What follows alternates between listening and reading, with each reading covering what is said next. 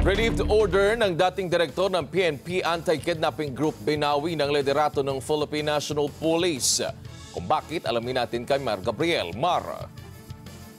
Yes, ibinalik sa pwesto bilang direktor ng PNP Anti-Kidnapping Group si Police Colonel Elmer Ragay. 3 araw lang yan matapos siyang sibakin sa pwesto para bigyang daan umano ang investigasyon kaugnay sa questionable rescue operation sa 14 anyos na estudyanteng Chinese national. Base sa kautusan na inilabas ng PNP, ang pagbalik sa pwesto kay Colonel Ragay ay bilang pagsunod sa Section 9 ng COMELEC Resolution 11059 na nagbabawal sa pag-transfer sa kanilang mga tauhan sa panahon ng election period.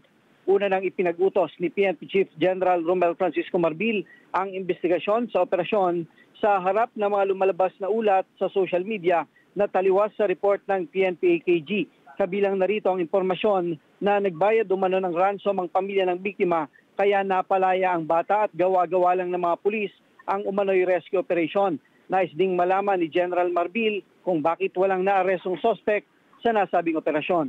Para sa mata ng Agila, Mar Gabriel, matatag, matapang, matapat.